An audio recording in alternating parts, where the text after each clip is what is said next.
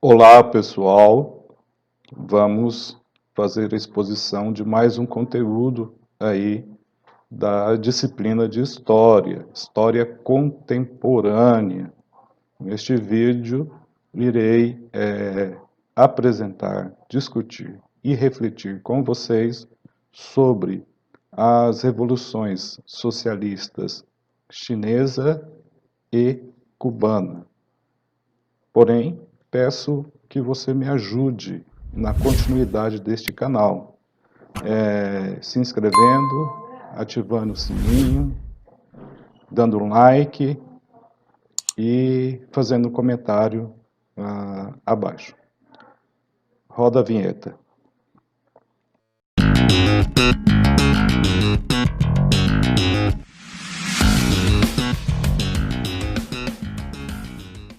Revolução Socialista ou as revoluções socialistas na China e em Cuba. Como vemos, venho apresentando em outros vídeos, a Guerra Fria foi um confronto ideológico, político e socioeconômico envolvendo os Estados Unidos e a União Soviética.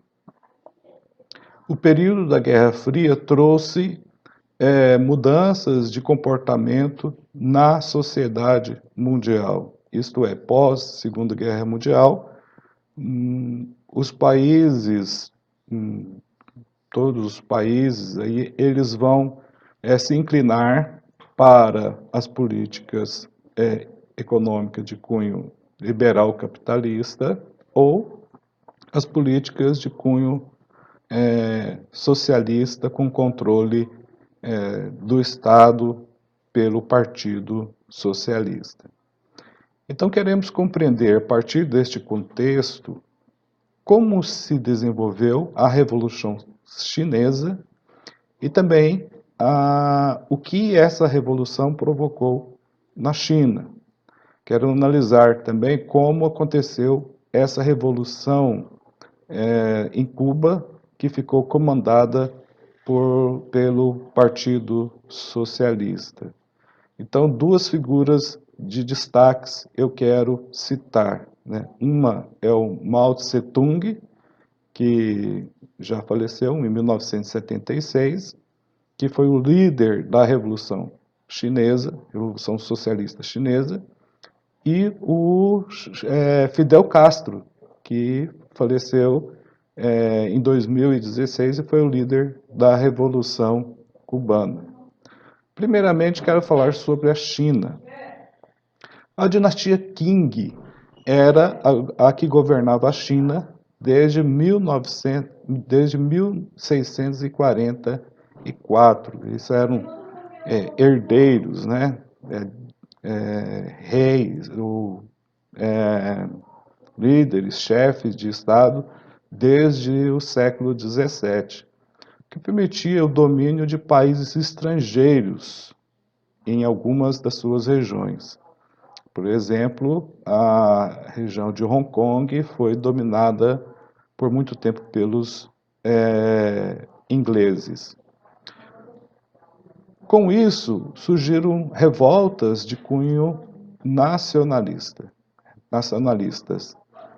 que estavam insatisfeitos. Aí, o que eles fizeram? Criaram o Partido Nacionalista, e é conhecido na China pelo nome de Kuomintang.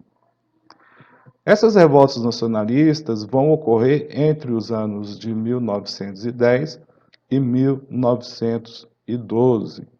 E elas conseguiram derrubar o governo imperial. Sendo assim, a China passou ou se tornou uma república governada primeiro por Sun Yat-sen e depois por Chiang Kai-shek.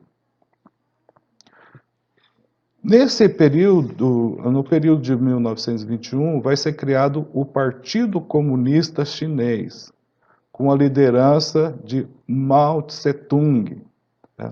Os camponeses, nesse período, eram explorados pelos grandes proprietários de terra.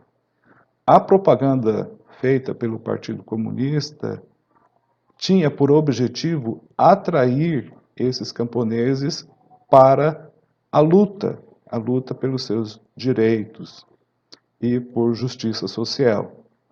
Então, de 1927 até 1949, a China vai se envolver em uma guerra civil. De um lado estavam os nacionalistas, liderados por Chiang Kai-shek, e do outro, os comunistas, liderados por Mao Tse-tung. Na década de 30 do século XX, em 1934, 1935, em outubro de 1934, 100 mil pessoas vão percorrer cerca de 12 mil quilômetros fugindo da perseguição do governo. 1949 é o ano, né, que vai ser deflagrada a Revolução Chinesa. Essa guerra civil, ela teve uma pausa aí durante a Segunda Guerra Mundial, 1939 a 1945. E também, assim, regiões que estavam sendo perdidas para o Japão.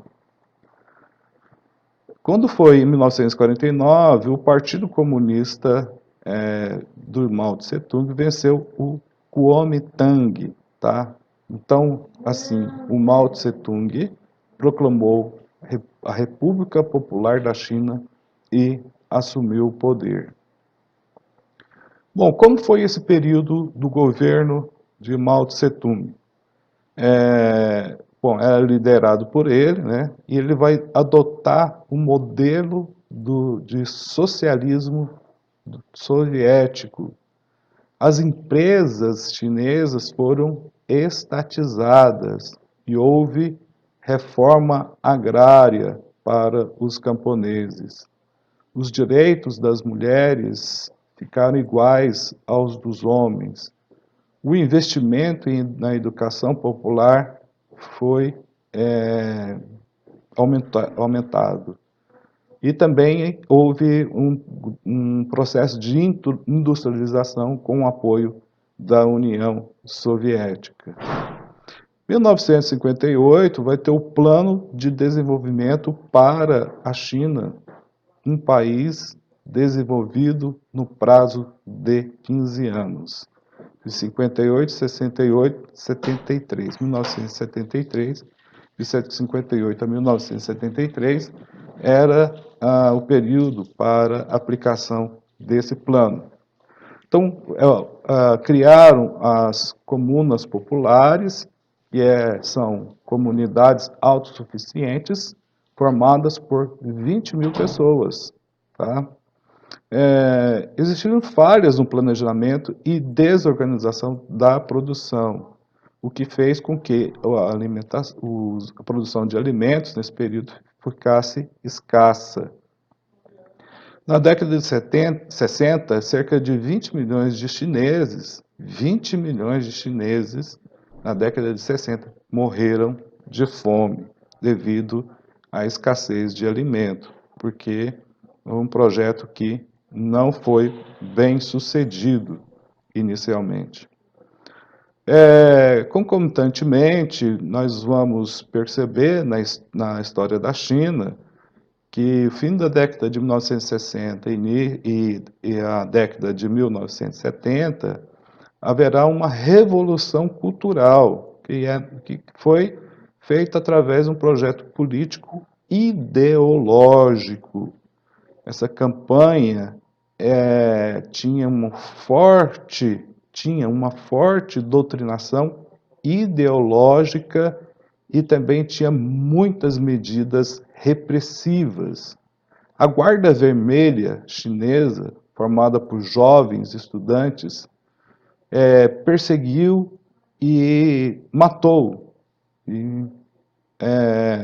assassinou aquelas pessoas que eram acusadas de serem contra Mao Tse-tung. Ainda nesse contexto de revolução cultural, o Mao Tse-tung proibiu no país os costumes ocidentais, eram proibidos. Apenas o livro vermelho, escrito por Mao Tse-tung, era permitido a sua leitura.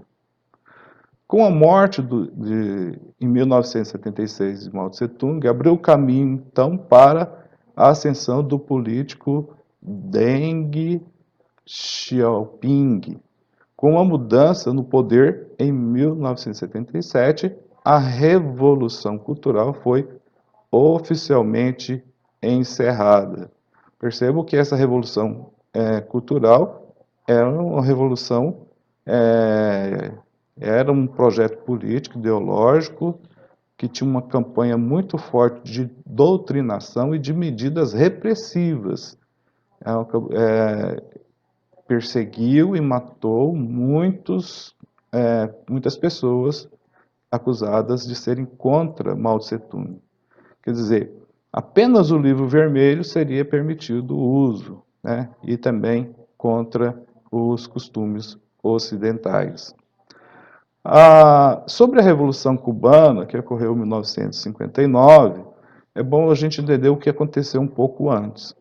Cuba era independente aí desde 1898. Em meados do século XX, lá em 1952, o ditador Fulgêncio Batista assumiu o governo com um golpe apoiado pelos Estados Unidos da América. O país era o grande exportador de açúcar. Basicamente, isso aí era essa exportação que ajudava no crescimento ou na economia cubana. E o governo de Fulgêncio Batista tinha o apoio aí de muitos empresários do ramo. E também tinha apoio de empresários que exploravam cassinos e prostituição de mulheres.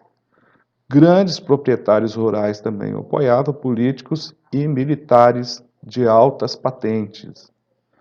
Em 1959, a maioria da população a cidade de Cuba se alimentava muito mal, morava em cortiços ou em cabanas de palhas, não existia assistência médica para todos e o nível de analfabetismo era alarmante, tá? As pessoas viviam de empregos temporários ou subempregos. Julho de 1953, um grupo de oposição, liderado por Fidel Castro, tentou tomar o cartel de Moncada, em Santiago de Cuba. Esse movimento foi severamente reprimido.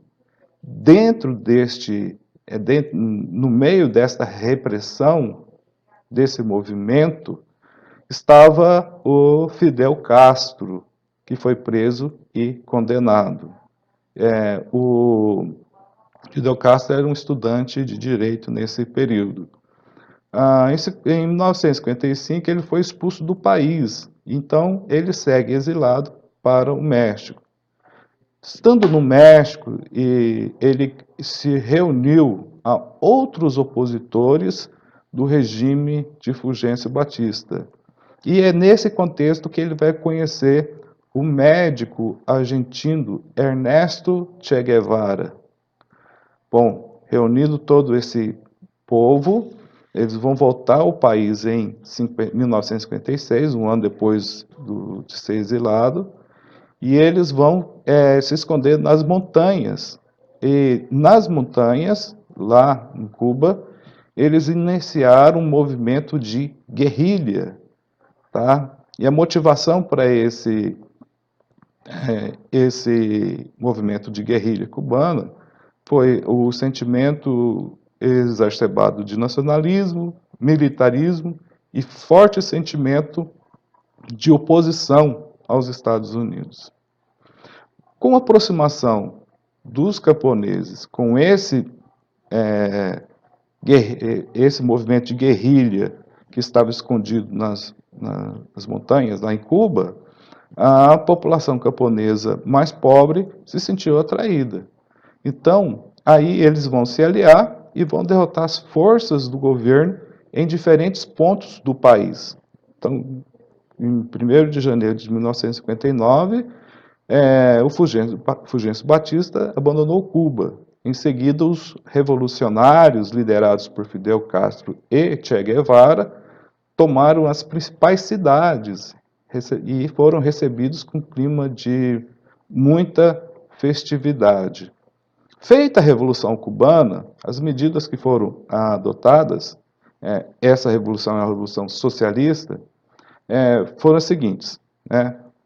Eles fizeram a reforma agrária em Cuba, houve a universalização do acesso à educação, educação para todos os cubanos, a nacionalização de empresas estrangeiras, fez uma reforma no sistema de saúde pública, reduziu os preços dos aluguéis dos cubanos, o preço dos medicamentos também foram reduzidos, as tarifas telefônicas e de eletricidade também foram reduzidas. Diante dessas reformas, política econômica em Cuba, os Estados Unidos passaram então a entender que Cuba era uma aliada da União Soviética. Tá? Então, com isso, em 1961, os americanos planejaram tirar Fidel Castro do poder. Isso ocorreu quando as tropas americanas atacaram a Baía dos Porcos, mas eles não foram bem sucedidos nesse ataque. Tá? Então, diante desse ataque, eles tomaram o poder em 1959, como os Estados Unidos estavam atacando, diante disso, né, a postura que eles aí vão adotar diante do mundo todo é a adesão ao socialismo, contando aí com o apoio da ex-União das Repúblicas Socialistas Soviéticas. E com isso, os americanos fizeram, então, um embargo econômico contra Cuba. Tá? O mercado com Cuba é uma ilha próxima ao continente americano e que não tinha relações comerciais. E como os Estados Unidos fez esse embargo, eles apelaram então, né, e se aliaram à União Soviética, que era um país já socialista. Bom, hoje vimos sobre a Revolução Chinesa e a Revolução Cubana. Né? Todas essas revoluções têm inspirações socialistas, comunistas. Ambas ocorreram em países basicamente agrícolas, com forte presença econômica estrangeira e população com más condições de vida. Ambas conseguiram apoio popular e chegaram ao poder pela luta armada. Então, pessoal, o que eu tenho para explicar para vocês sobre essa revolução, de uma forma assim, muito simples e resumida, é isto. Esses países hoje estão em abertura da sua economia, né? Mesmo tendo controle estatal, mas no âmbito econômico eles acabam sendo atraídos aí por políticas capitalistas.